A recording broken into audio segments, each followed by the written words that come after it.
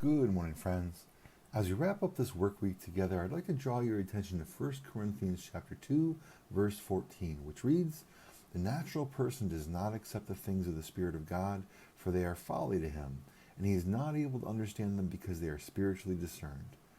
The reason we go to this verse this morning is because purity of heart is absolutely one of those things of the Spirit of God that the natural man, the unbeliever, just does not understand and won't accept as something that's important. Because again, we have the progression from being poor in spirit, the first beatitude, on through to the end, which constantly reminds us that these are not individual qualities detached from everything else. Because there are plenty of people in the world who might talk about purity of heart or purity of spirit in terms of cleansing their auras or centering themselves or even wanting to have a good old fashioned clean conscience.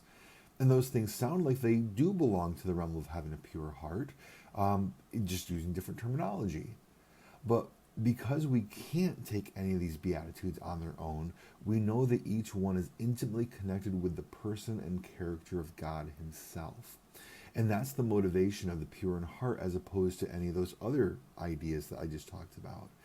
Because I've read stories where people and have committed atrocities and then turned themselves in because they couldn't handle the guilt.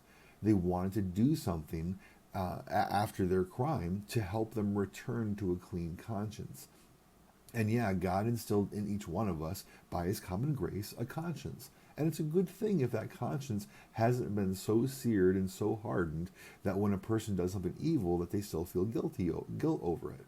But someone turning themselves in, or heaven forbid, taking their punishment in their own hand and doing harm to themselves, trying to regain some equilibrium in their lives in terms of conscience, it's not all the same thing as pursuing a pure heart because we see God Himself as holy, pure, and morally perfect.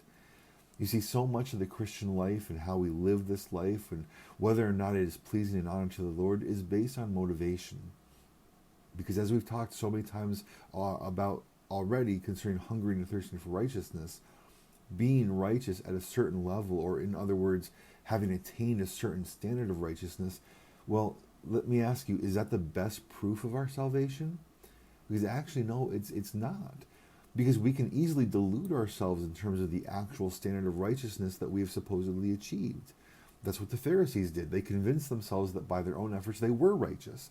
Therefore, they felt they were good to go with God. Yet Jesus showed them time and again that they were actually not. But what is far harder to fool ourselves with is, what do I long for and why? Do I long for more than just a clear conscience?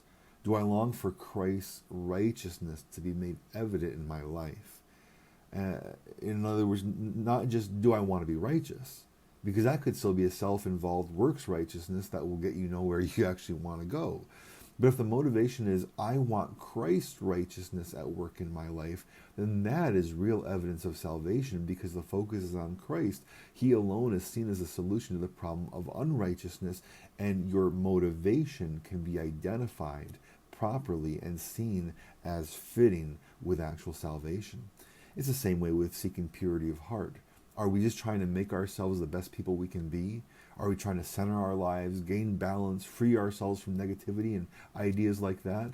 Or are we pursuing purity because God Most High is pure and we're seeking our purity from Him? This is what the world simply cannot and will not understand, but we must.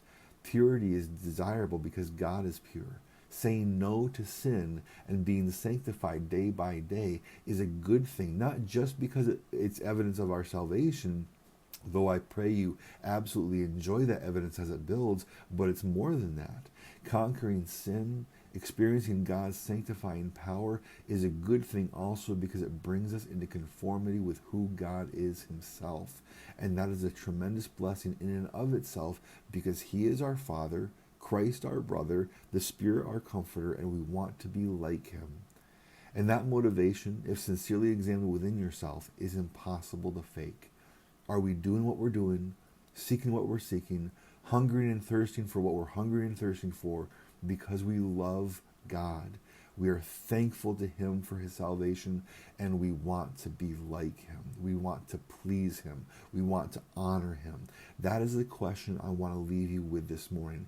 It's a question that isn't even on the minds of the world, the unbelievers. They don't understand it. It doesn't even register. But it must register with us, and it ought to be our absolute greatest motivation. Do I want to be pure in heart, to say no to sin and yes to righteousness, seeking that purity from the Lord because I want to see him, the one true God, even as he is? I love you guys. Have a good and godly day, and I truly hope to see you tomorrow.